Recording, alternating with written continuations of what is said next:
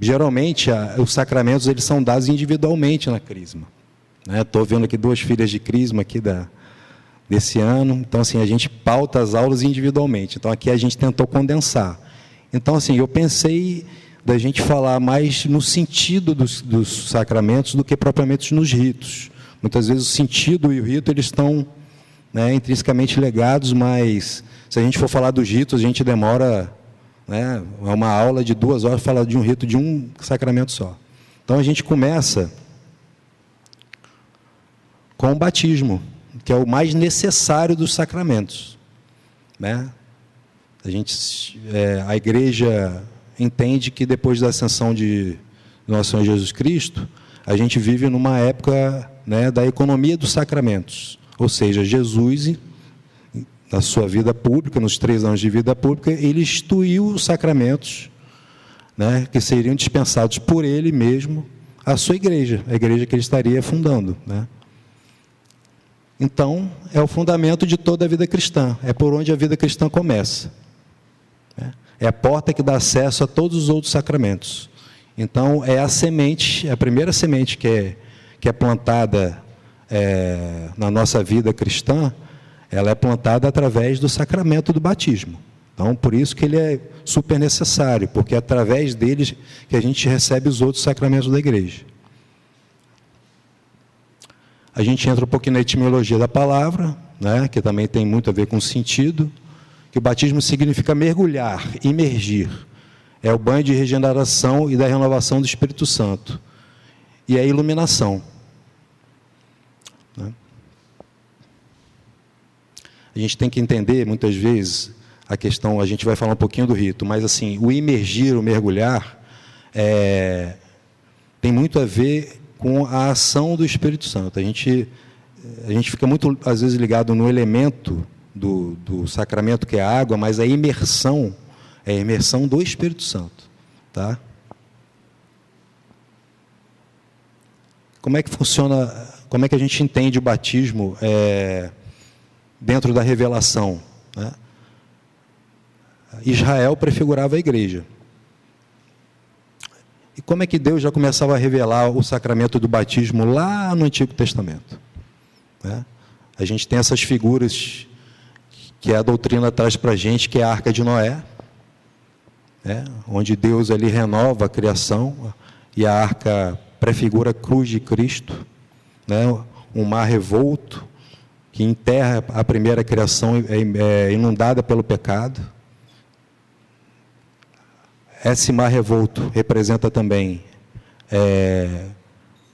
um mundo sem Deus, um mundo que se vira contra Deus. Então a natureza se revolta, as relações se tornam tensas entre o homem e Deus, e o homem e a criação.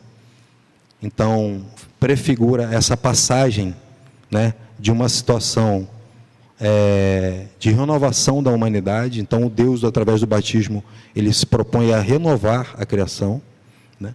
A travessia do Mar Vermelho, quando Moisés traz o povo numa situação de morte e de escravidão para a Terra Prometida, e a própria entrada na Terra Prometida, que é a travessia do Jordão. Então o batismo está relacionado também com essa renovação de vida, né? Uma nova vida, uma vida que nos tira de uma situação de morte, de escravidão, para uma vida onde Deus se revela, onde se manifesta entre nós. E como é que isso funciona, né? Aqui eu atrelei a Sagrada Escritura entre o Novo e o Velho Testamento, né, em que Deus ali no batismo de Cristo se representa uma manifestação trinitária.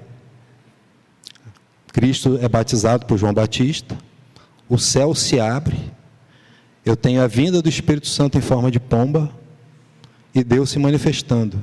Esse é meu filho bem amado, ouvi-lo. Então, o que significa? É a mesma coisa de Gênesis 1:23. Em Gênesis 1:23, está lá no plural: façamos o homem a nossa imagem e semelhança. Então, está intrinsecamente ligado ao que eu falei antes. o homem velho, pela manifestação do batismo, ele morre, ele é sepultado. Começa então uma nova criação. É o início da nova criação a partir de Jesus. E ele trouxe outra parte do Evangelho que fala assim: em verdade vos digo, quem não nascer da água não poderá ver o reino de Deus. Aqui a gente tem que se apegar no sentido real do batismo. Os sacramentos são sinais sensíveis da obra de Deus. São sinais sensíveis que propõem uma realidade. Ou seja, não são um mero rito. Não um mero rito de passagem, não uma mera representação. Então, são sinais eficazes de uma proposta real de Deus na vida do cristão. Batismo, então, é restauração. Então, restauração da graça santificante no pecado original. Quando nossos primeiros pais, Adão e Eva, seduzidos pela serpente, renegam a sua obediência a Deus, querendo usurpar a condição de Deus, nós caímos. E na queda, o que acontece? Deus se ausenta. Deus se ausenta da nossa vida. Então, nós, como meras criaturas, querendo usurpar essa condição divina, Deus se ausentando, nós ficamos relegados à só condição humana, à só condição de criaturas. Então, nós não temos mais a graça santificante, ou seja, nós não temos mais comunhão com Deus. Nós não temos mais uma vida sobrenatural. Então, Deus, quando nos cria, cada um de nós, antes do batismo, existe a fecundação lá, o óvulo, o espermatozoide, Deus infunde uma alma, cria uma alma. Só que essa alma, Deus olha para essa alma, e essa alma não tem destino sobrenatural. Então Deus olha ali para a gente ali, recém-nascido, e olha assim, meio de banda, assim. Claro que Ele nos ama, mas que até então a gente não tem nenhum tipo de destino sobrenatural. Então o batismo, como iluminação que a doutrina revela, é isso, Deus coloca uma luzinha na nossa alma. Então, a partir do batismo, Deus já começa a nos enxergar. Entendeu? E é união ao corpo de Cristo. Começamos a nossa caminhada na vida cristã. Então, a nossa vida cristã, ela é permeada desde que a gente nasce até quando a gente vai morrer. E os sacramentos, eles vêm, depois, quando o Renato for começar a falar dos sacramentos do serviço, a gente vai ver que a nossa vida, desde o nascimento até a nossa morte, Cristo preparou uma ação em cada situação da nossa vida. Então, é o primeiro passo sobrenatural que Jesus nos devolveu por sua paixão, morte e ressurreição. Então, vinculado, o batismo está também à paixão de Cristo. Nós somos sepultados com Cristo no batismo e renascemos como nova criatura.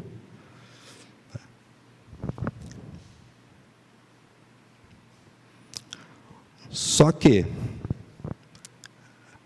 como a nossa vida cristã é uma caminhada, e apesar do batismo apagar o pecado original e nos restituir ao corpo de Cristo, mas Jesus também sabia que não acabava aí. Por isso que a gente vai procurar, a gente procura o crisma, porque apesar do pecado original ter sido apagado, fica um nomezinho ainda bem feiozinho da gente pronunciar, até para escrever lá na crisma já é difícil, concupiscência. Então, assim, a gente ainda tem uma tendência para o mal, E Cristo sabia que o que ele pregava era contrário ao que o mundo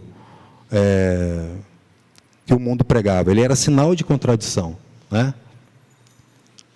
Então, lá, pregamos Cristo crucificado, escândalos para os judeus e loucura para os pagãos. Mas para os eleitos, quer judeus, quer gregos, força e sabedoria de Deus. Então, Cristo sabia que a gente ia ser difícil, né? Nós vivemos uma vida de tentações. Temos as tentações da carne, as tentações do demônio, né? E temos um mundo que tenta nos engolir. Então, Cristo prega valores que são contrários aos valores do mundo. Então, ele sabia que a gente precisava desse toque, dessa força. Então, por isso que ele preparou esse sacramento, né? O sacramento do Crisma, que ainda é um sacramento de iniciação cristã, né? Ainda é dado, né, no início da nossa caminhada cristã.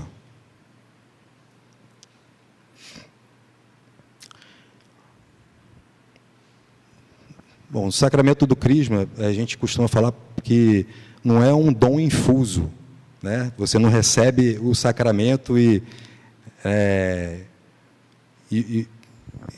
o sacramento aflora de forma, né, tão imediata, tão automática, né? O sacramento da Crisma, a gente pressupõe, né, dentro do rito latino, quase um ano de preparação. A gente esgota o catecismo.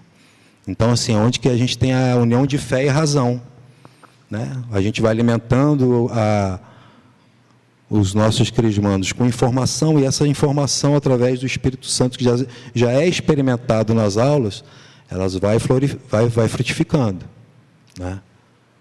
Essa caminhada de quase um ano, o que a gente propõe nas aulas é isso. A informação tem que estar ligada ao crescimento da fé, né?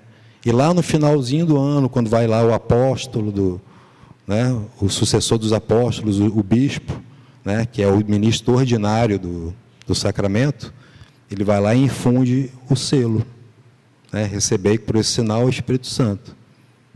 Tá? E esse Espírito Santo, ele vai despertar os 7 dons, né, que é ciência, inteligência, sabedoria, conselho, piedade, fortaleza e temor de Deus.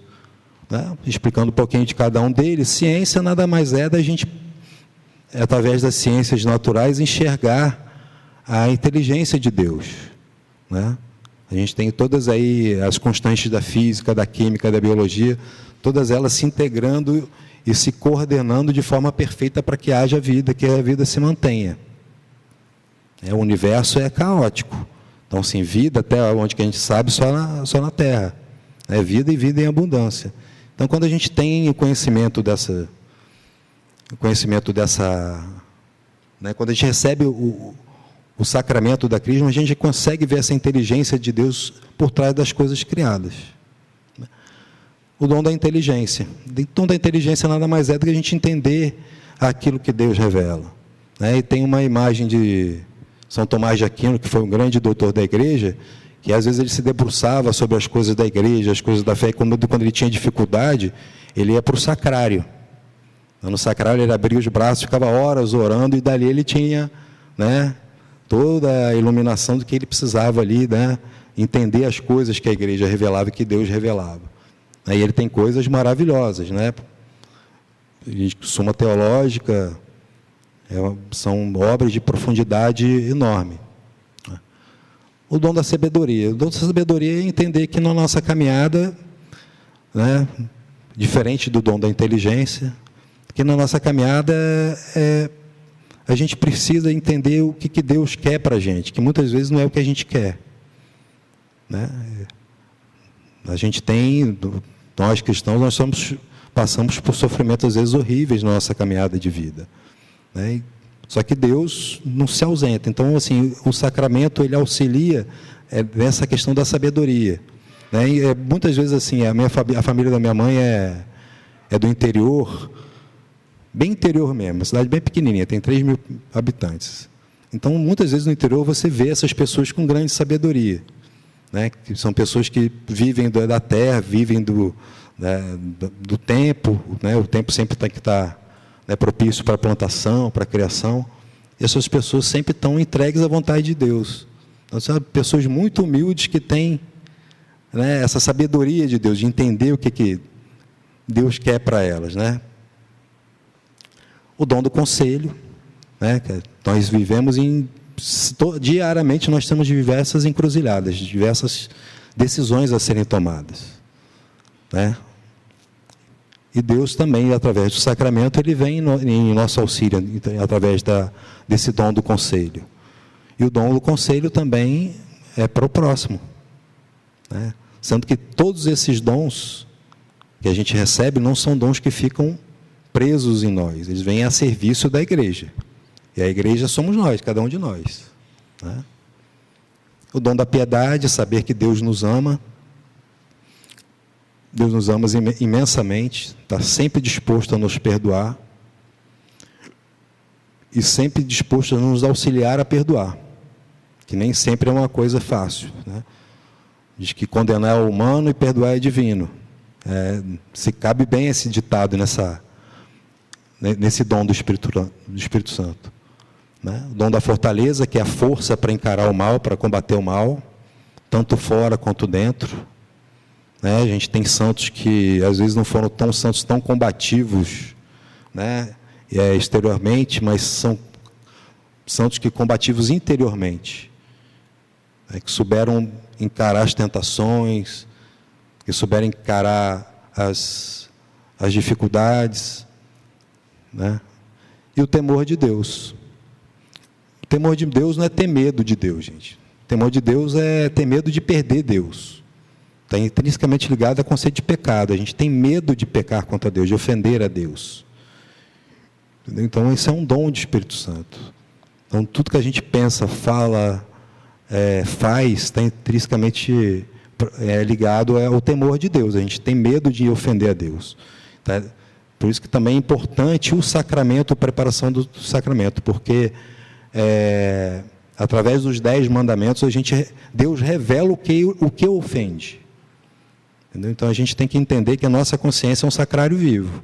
E, através dos 10 mandamentos, Deus vai mostrando para a gente o que Ele espera que a gente faça, o que a gente viva, né? Os efeitos do sacramento, né? O cristão confirmado guarda uma lealdade inalterável para com o rei cuja causa serve. Forte na fé e cheio de amor às almas, que nasce do seu amor a Cristo. Toda ação da igreja, que a igreja propõe, toda ação do Espírito Santo, é isso que eu falei antes, é uma ação que vem ao encontro do seu próximo, né? Como no batismo a gente recebe aquela sementinha da graça santificante, com a crisma, essa iluminação, ela cresce para o outro, para o próximo. Não fica retida só em nós, lá no batismo. Ela vem e floresce para o serviço da igreja, né? Nós não somos luz do mundo, sal da terra. Então, a gente precisa desse sacramento, dessa forcinha de Jesus, né? Do Espírito Santo. Agora, a gente entra no mais importante dos sacramentos. Sempre é difícil a gente falar da Eucaristia, porque é um bem tão grande que Jesus nos dá a si próprio na Eucaristia, né?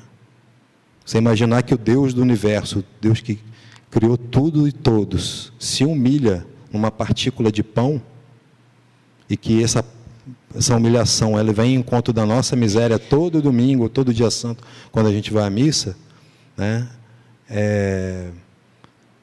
Assim, a gente não tem palavras para agradecer tamanho sacrifício, né? Então, a gente fala da Eucaristia sempre com muita devoção, e sempre é difícil falar da Eucaristia, porque ela denota da gente também um passo grande na fé, né?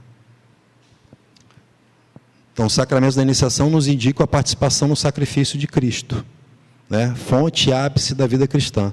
Então, mais ou menos como todos os sacramentos, eles nos indicam e nos direcionam para a Eucaristia, né? Nos preparam para esse momento da Eucaristia.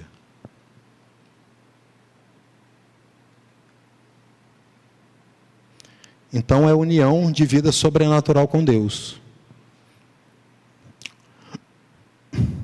Você imagina que Deus, todo domingo, Ele está em contato com a sua alma e com o seu corpo, né? Então, a gente é a alimentação da sua alma, é a alimentação da sua fé, a alimentação da sua vida cristã, da sua vida com a igreja, da sua vida com a comunidade. E essa ligação é uma ligação sobrenatural, né? Não é só uma mera participação no rito, né? É a nossa missão. Quando oferecemos o sacrifício pascal a Deus, Pai, para a nossa salvação e santificação do mundo. Então, a missa, como eu vou falar lá na frente, ela também é sacrifício, né? Não pode haver adoração sem haver sacrifício, né? Isso fica uma crítica também aos protestantes. Tem um ex-protestante que é autor de muitos livros, e o nome dele é Scott Hahn, e que no processo de conversão dele para a Igreja Católica, foi uma das coisas que na Eucaristia que fez ele entender essa questão da adoração. Não pode haver adoração verdadeira se não houver sacrifício. Foi assim que os judeus entenderam também, um pouco pela revelação, o que significava o sacrifício dos animais, ou a oferenda dos produtos da terra a Deus. Então, assim, nós, no domingo, nós oferecemos o sacrifício pascal a Deus, né? O sacrifício de Cristo, né? Sabendo que Cristo une as duas naturezas, a humana e a divina, né? Nenhum outro sacrifício feito no Velho Testamento, ele, conforme Deus também vai revelando depois, a gente vai notar lá no Salmo 39, lá no profeta Oséias, eram mais agradáveis a Deus, porque você devolve a Deus aquilo que já é dele, que é da criação.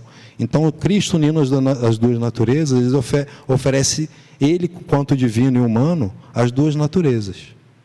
Então, é um sacrifício agradável a Deus, né? Isso é Eucaristia. A Eucaristia não é nada mais do que ação de graças, esse é agradecimento, né? Nós agradecemos toda a nossa vida a Deus, né? A missa é o local onde a gente entrega tudo. É, portanto, também a comunhão dos santos. É que entra com a concepção da igreja. A igreja não é só essa condição que a gente vive hoje, né? Que a gente chama de igreja militante, em que a gente participa. A igreja é militante, ela é padecente, que são as almas no purgatório, e ela é a triunfante, que são os santos. Então, na Santa Missa, o efeito sobrenatural da missa também é a comunhão dos santos, onde toda a igreja participa. Existe uma adoração de toda a igreja, de toda a ação sobrenatural, né, de Deus, nas três igrejas unidas pelo Espírito Santo, participam da Santa Eucaristia. Então, é muito importante, gente. É por isso que a igreja pede que a gente não deixe de comungar pelo menos no domingo, e considere isso até pecado mortal, pecado grave, entendeu? Porque ele entende que essa comunhão, ela é fundamental para a nossa vida de fé, né? Isso é. Fazei isso em memória de mim, né? Aqui a gente vê a Eucaristia atrelada a um outro sacramento, que é um sacramento da ordem. É um sacramento de serviço.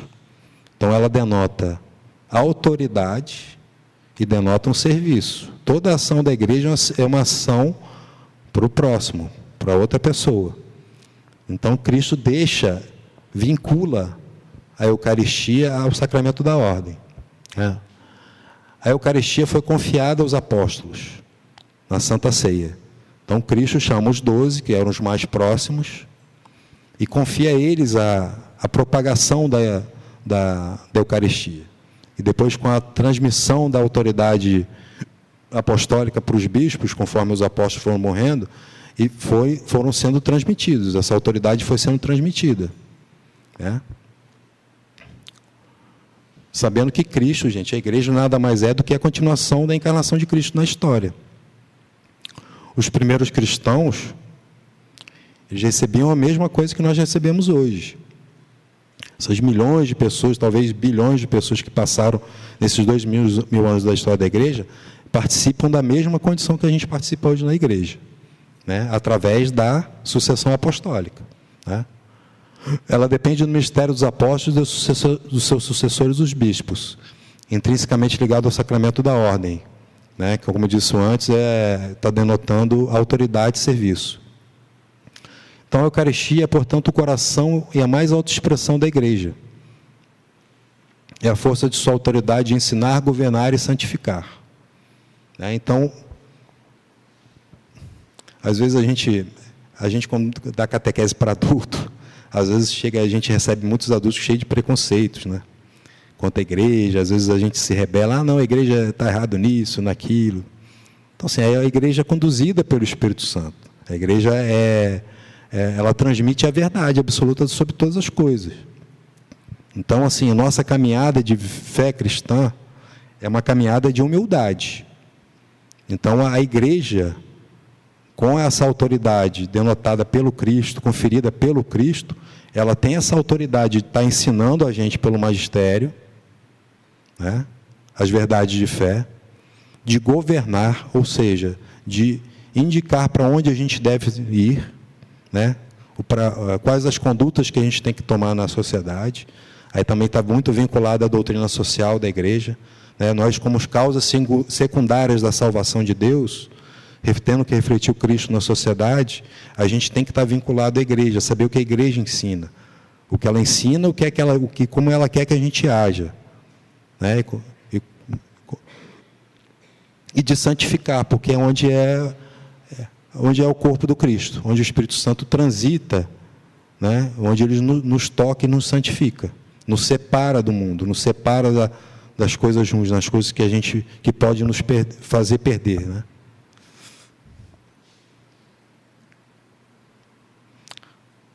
A missa, o sacramento é sacramento, mas também é sacrifício. Então a gente tem que também saber que na Santa Missa a gente está nos pés do Calvário, né? O sacrifício de Cristo não é um sacrifício que se repete nem se multiplica, né? A gente tem uma parte da liturgia eucarística que chama anamnese, que a anamnese é justamente isso, a gente faz essa lembrança, a gente está presente no Calvário, nós estamos lá, entendeu? Então, assim, esse sacrifício pascal é onde nasce a igreja do lado de Cristo, o sangue que é a Eucaristia e a água que é o batismo, mas é onde que Cristo também se torna o pontífice, né? Ele faz a ponte entre Deus e os homens, não existe mais separação. Então, a missa nada mais é do que a união do céu e da terra. É a comunhão dos santos, como eu disse antes. As duas realidades se fundem nesse sacramento, nesse evento da missa, né? É o Calvário onde, por meio de um sacerdote humano, transforma o pão e o vinho em seu corpo e sangue em oferecimento ao Pai em favor dos homens. É o milagre da transubstanciação. Vamos falar um pouquinho do milagre da transubstanciação agora? Pois minha carne é verdadeiramente uma comida, e meu sangue é verdadeiramente uma bebida. Está lá em João 6. Também fica a dever de casa, aí depois a gente pega lá em João 6 e lê o capítulo inteiro, que é muito importante. Tá? Então a gente vê aqui que não existe metáfora, não existe figura de linguagem aqui não. Né? No contexto do capítulo 6 de João, quando Jesus fala isso aqui, muita gente se retira. Né? Os judeus eram muito sensíveis a essa questão do sacrifício, das carnes. Então, né? Então, quando Jesus fala, né, nesse contexto aqui em Cafarnaum, ali muita gente já abandona a caminhada. Ele até pergunta para os dois, vocês querem ir embora também? Então, todo o contexto de João 6 deixa isso bem claro para a gente. Então, assim, não é uma mera recordação a Eucaristia. Entendeu? Jesus aqui não existe, assim, nenhum tipo de metáfora, nenhum tipo de figura de linguagem. Ele fala, verdadeiramente, isso é meu corpo, isso é verdadeiramente comida, é verdadeiramente meu sangue, verdadeiramente bebida. É. E a gente aqui comenta um pouquinho também da liturgia, né? A gente não vai, né, não me propus a falar muito de liturgia, que senão a gente também tem uma aula inteira só de liturgia, né? Para a gente agora, né, a gente começou a liturgia com os alunos da Crisma, a gente pega 2 aulas, né, Fabi? Então, assim, é uma aula inteira de liturgia, pode se estender para 2. Mas o que é importante a gente saber sobre liturgia? Tá? A liturgia ela tem que ser guardada por toda a igreja, porque é o mecanismo, é o modo como Deus vai agir nas espécies ofertadas, o pão e o vinho. Tá? Então, a Santa Missa ela é dividida na liturgia da palavra, é a palavra que é transmitida e que é proposta para a gente viver, e a Eucaristia é a força para a gente viver essa palavra. Porque sem Jesus a gente não pode fazer nada, ele já mesmo falava. Acho que o Breno fala muito em João 15, né, Breno? Sem mim nada poderia fazer, eu sou videiro, vós sois os ramos. Tá? Sem Cristo a gente não pode fazer nada. Então ele prega a palavra, e a Eucaristia vem como força para viver essa palavra. E a gente entra depois na liturgia eucarística. A liturgia, quando a gente tem o ofertório, tem as orações eucarísticas, tem a anamnese, tem a epiclese, que tem que ser vividas de forma bastante rigorosas. Hoje a gente tem, infelizmente, esses abusos litúrgicos. Graças a Deus, hoje a gente tem um pároco aqui que é muito fiel à liturgia, que é através dessa liturgia que o Espírito Santo construiu através da história, que foi revelando a igreja através da história, nesse modelo que a gente tem hoje, como Deus ia se manifestar para invocar, como que a igreja iria invocar o Espírito Santo para transformar as espécies eucarísticas. Então, assim, todos nós, enquanto igreja, enquanto ovelhas e leigos, que estão a serviço da igreja, como os religiosos, somos guardiões da Sagrada Liturgia. Então, é uma coisa que a gente é muito séria, que a gente tem que sempre estar observando. Infelizmente, a gente visita algumas paróquias que às vezes vemos leigos proclamando o Evangelho, uma coisa que é exclusividade do padre, porque ele está em persona Christi, ele está na pessoa de Cristo, transmitindo a palavra. Então é isso mesmo, é a palavra a ser vivida e a força para vivê-la. Basicamente, a missa,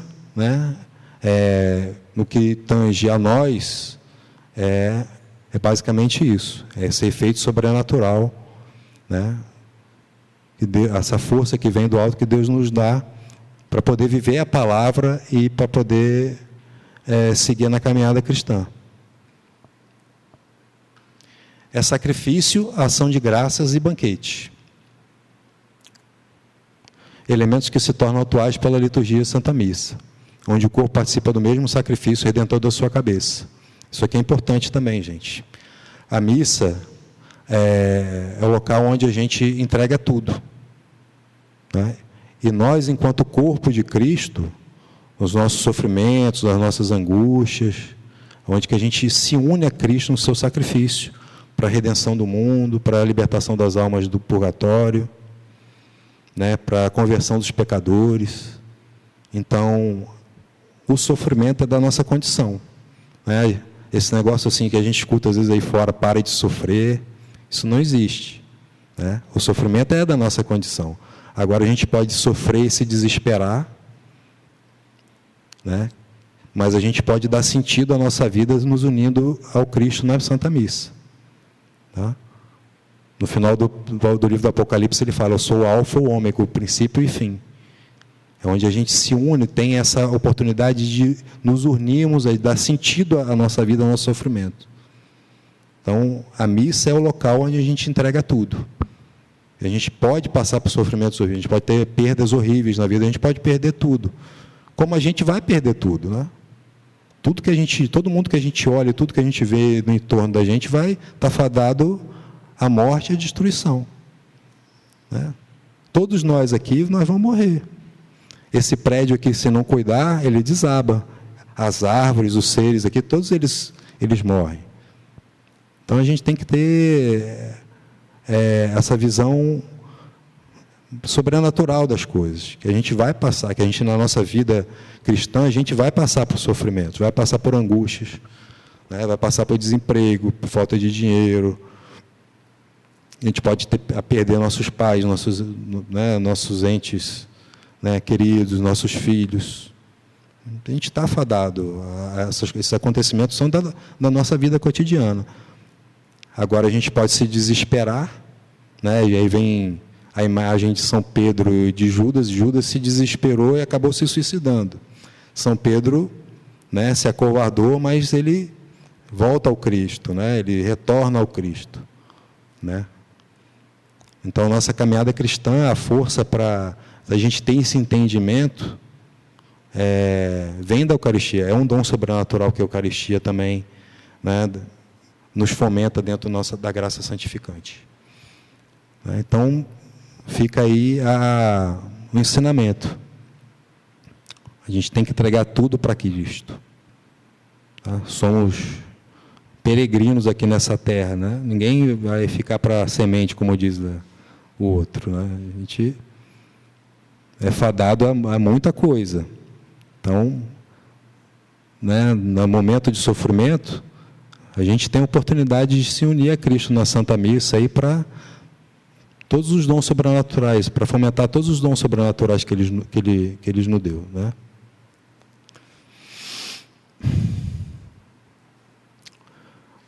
Aí eu coloquei aqui uma pequena frase, uma pequena reflexão de Santa Teresa d'Ávila.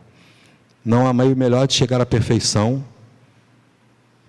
Jesus não costuma pagar mal a hospedagem se o recebemos bem.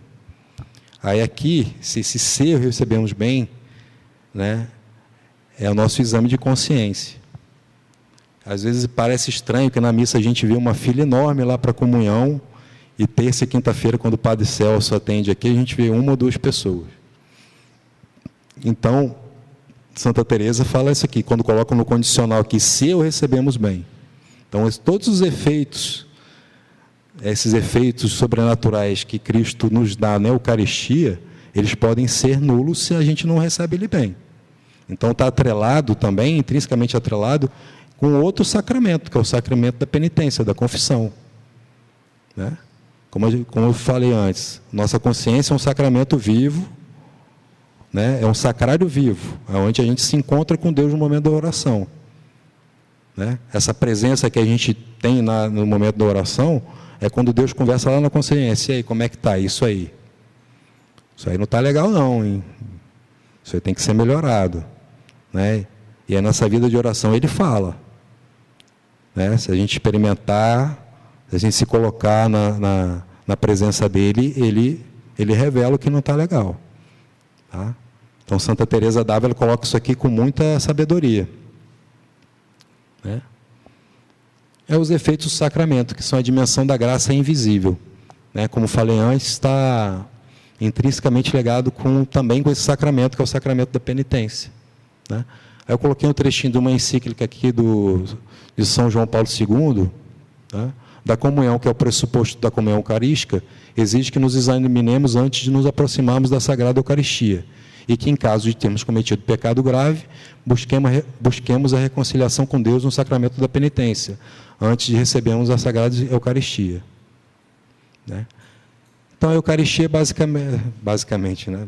Falo assim, basicamente, porque a Eucaristia é de uma...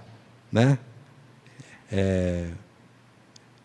É que a gente, às vezes, com palavras naturais, a gente não consegue transmitir o efeito sobrenatural da Eucaristia. Né? A Eucaristia é vida de graça dentro de nós, e somente pela graça de Deus que estamos em comunhão com Ele e com os demais. Deus nos dá pela comunhão as virtudes da fé, caridade e esperança.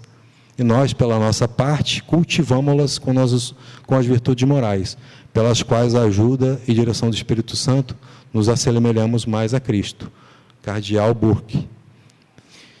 Então, gente, o que é o efeito da Eucaristia na nossa vida? É a gente nos configurarmos cada vez mais ao Cristo. Então, no final da nossa vida terrena, Deus não vai chegar na hora do meu julgamento e vai olhar o Rafael, vai olhar a Fabiane, o Breno, cada um de nós separadamente.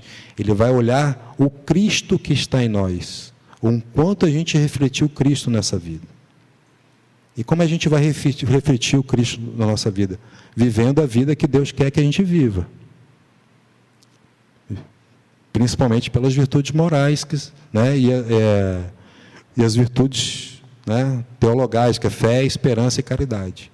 Né? A gente tem essa confiança em Deus, a gente transmite o amor que Deus nos dá, né? E a gente espera em Deus, a gente não se desespera. Nós sempre temos que esperar em Deus. O tempo de Deus é diferente do nosso tempo. Né? Deus tem uma visão sobrenatural, nós temos uma visão natural. Muitas vezes as coisas que a gente quer A gente acha que tem que ter meia hora depois. Não, Deus tem o tempo dele. Né? Então, essa entrega. A Eucaristia é a força da gente estar se entregando a Deus. Né? Estar se configurando a Deus.